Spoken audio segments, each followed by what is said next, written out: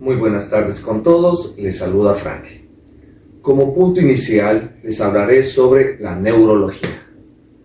Es la parte de la medicina que se encarga del estudio de la estructura o anatomía, de sus funciones y del desarrollo tanto del sistema nervioso como del sistema muscular, sea este en su estado normal o en su estado patológico. La neurología se encarga del estudio del sistema nervioso, que está formado por un sistema nervioso central, que es el cerebro y la médula espinal, y un sistema nervioso periférico, que lo conforman los nervios y los músculos. El médico especialista de la neurología es el neurólogo, que es la persona que se ocupa del diagnóstico, prevención y tratamiento de las patologías presentes en el sistema nervioso. Ahora les voy a hablar sobre las neuronas. Las neuronas son las células básicas que conforman el sistema nervioso, ya que son las responsables de recibir y transmitir los impulsos nerviosos y además de formar fibras largas. Las neuronas están formadas por un cuerpo celular o soma, que contiene un núcleo con uno o varios axones y dendritas que se extienden desde el cuerpo. Las dendritas son muy ramificadas y reciben los impulsos nerviosos, mientras que los axones son alargados y transportan los impulsos desde el cuerpo celular. Las neuronas envían los impulsos gracias a conexiones nerviosas o sinapsis y empleando un neurotransmisor químico como es la acetilcolina. Las neuronas pueden ser unipolares, bipolares y multipolares, según la dirección que se envían los impulsos nerviosos. Muchas gracias. El cerebro es el órgano más importante del sistema nervioso y está situado en la cabeza y protegido por el cráneo. Este se encarga de coordinar todas las funciones vitales. Se divide en tres partes importantes. El cerebelo, que controla el equilibrio, el movimiento, la coordinación del cuerpo humano. Gracias al cerebro podemos caminar, mantener estabilidad y hacer deporte. El tronco encefálico conecta el cerebro con la médula espinal que va desde el cuello hasta el final de la espalda. Además, se encarga de coordinar todas las funciones vitales de nuestro cuerpo, como por ejemplo respirar y digerir los alimentos. La corteza cerebral. La corteza cerebral está formada por neuronas que se conectan entre sí, que llevan información a través del sistema nervioso. A continuación, mi compañera Valeria. El cerebro está constituido por dos mitades. La mitad derecha se considera o se llama hemisferio derecho y la mitad izquierda hemisferio izquierdo. Ambos hemisferios están conectados entre sí por una estructura denominada cuerpo calloso, formado por millones de fibras nerviosas que recorren todo nuestro cerebro. Cada hemisferio está especializado en funciones y conductas diferentes, siendo ambas fundamentales para el ser humano y con una relación inversa respecto a nuestro cuerpo. El hemisferio derecho controla los movimientos del lado izquierdo, siendo así dentro de sus funciones la percepción, el discernimiento, las emociones, sentimientos, la imaginación, creatividad, entre otros. El hemisferio izquierdo controla el lado derecho, dando énfasis en el razonamiento, siendo realista, ordenado, intelectual, potencia las habilidades científicas, la expresión, el aprendizaje, entre otras. A continuación, mi compañera Yesenia Pal.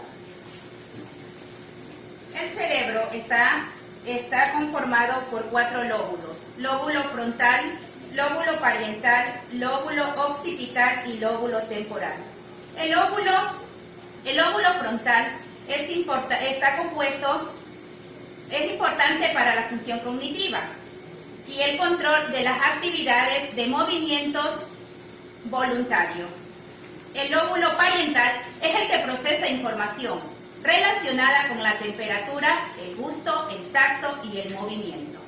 El lóbulo occipital es el responsable de la visión. Tiene una función muy imaginativa porque permite la integración interpretativa y asociaciones de imágenes.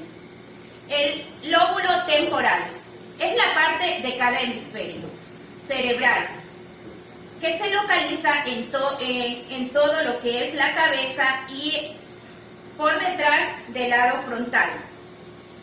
Este lóbulo está encargado de la memoria, la audiovisión y el equilibrio. A continuación, nuestra compañera Tania. La neurona. En la unidad elemental de procesamiento y transmisión de la información del sistema nervioso.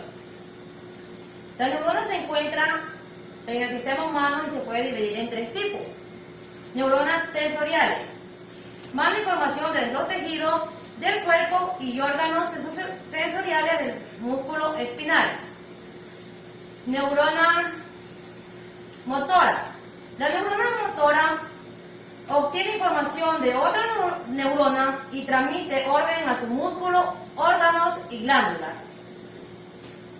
Neurona interneurona. La interneurona que solo se encuentra en el cerebro espinal conectado a una neurona con otra. A continuación, Ana Sabana.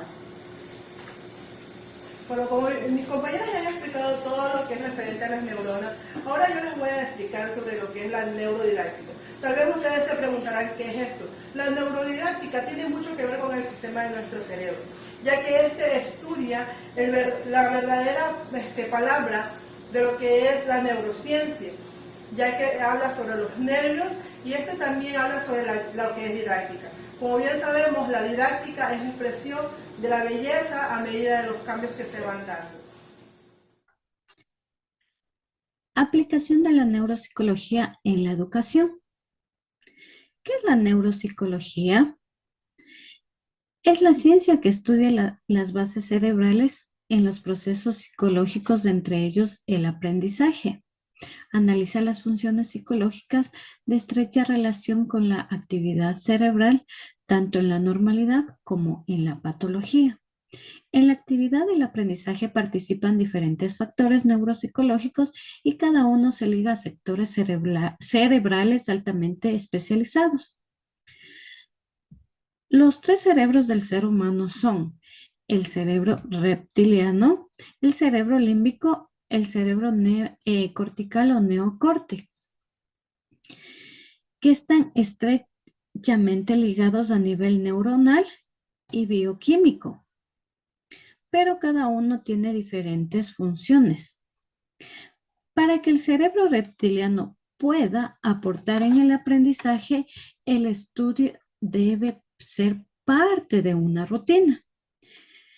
Si el estudiante comprende la función del aprendizaje como parte fundamental de la supervivencia, genera condiciones ambientales que posibilitan tranquilidad para que el sistema reptiliano no se preocupe de su seguridad.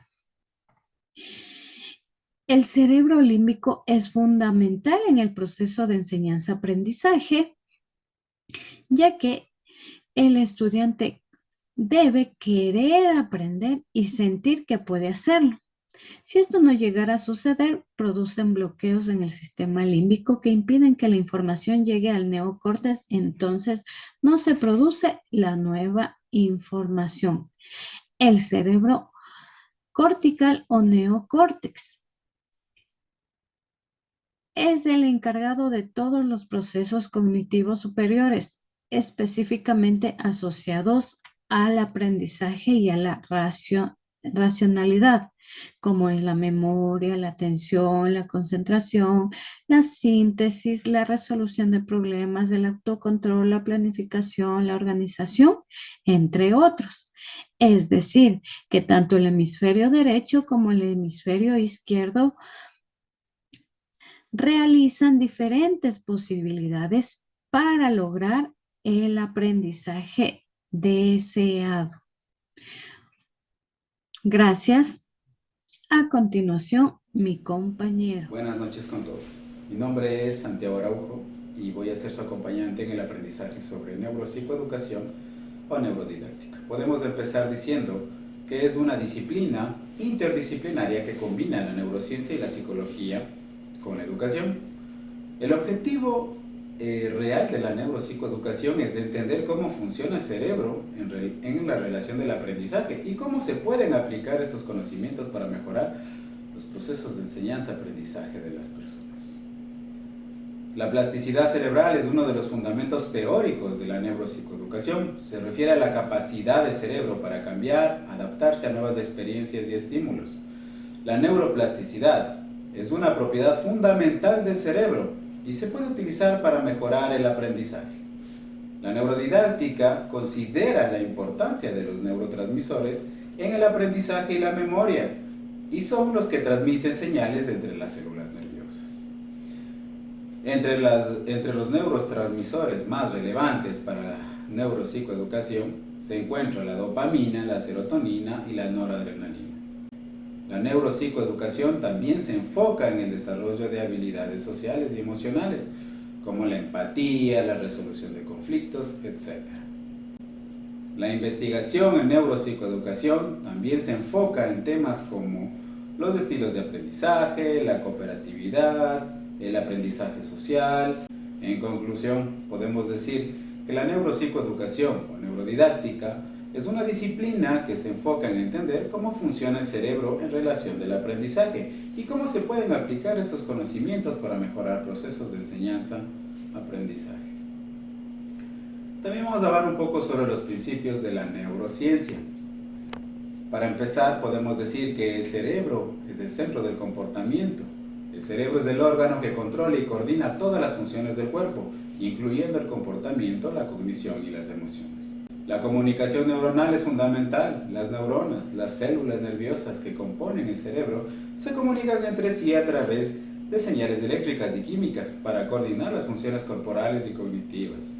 Las funciones cerebrales están organizadas en redes. El cerebro está organizado en redes neuronales que se encargan de procesos específicos como el lenguaje, la percepción, el movimiento y la memoria.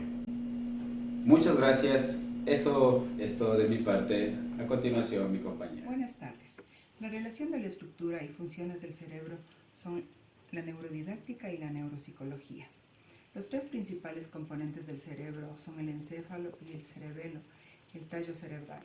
La corteza cerebral es la porción externa del encéfalo, también llamada materia gris, genera los pensamientos intelectuales más complejos y controla los movimientos corporales. Es a través de la neurodidáctica que analiza las competencias que el cerebro tiene, que se llega a la comprensión de la diversidad personal en el proceso del aprendizaje. Aunque todas las personas contamos con la misma estructura orgánica, no existen dos personas que piensen igual, decidan o actúen de la misma forma. Cuando un educador entiende cómo el cerebro aprende, procesa y almacena la información, puede adaptar su estilo de enseñanza. En simultáneo podrá estructurar sus clases, palabras, actitudes y emociones. De este modo logrará influir en el desarrollo cerebral de sus alumnos y en la manera en la que aprenden.